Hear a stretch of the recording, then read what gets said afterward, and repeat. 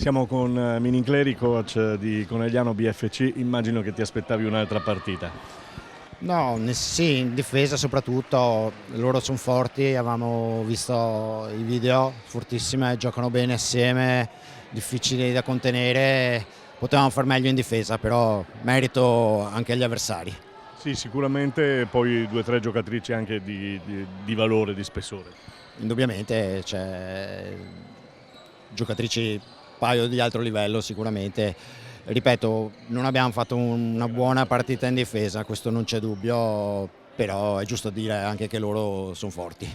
Coach, è giusto dire anche che mi è sembrato non il gioco della BFC solito, tante individualità, tante voglie, poi nel primo quarto bloccate un po' dalla paura forse. Sì, vabbè, abbiamo subito forse un po' il debutto, l'emozione di un torneo importante, quello indubbiamente abbiamo un po' sofferto. Dopo sembrava potessimo fare qualcosa di più, però se subisci 53 punti nei primi due quarti poi diventa difficile giocare una partita vera fino in fondo. Adesso? Adesso domani si gioca, è un torneo fatto apposta, quindi finita, già pensiamo a quella di domani, già da questo momento in poi. L'importante comunque era essere qui. Certamente, ieri alla riunione con la federazione hanno detto che in Italia sono 119 squadre, 103 non ci sono, quindi noi siamo fra 16, è un bel orgoglio per noi. Bocca al lupo, mister. Grazie, grazie mille.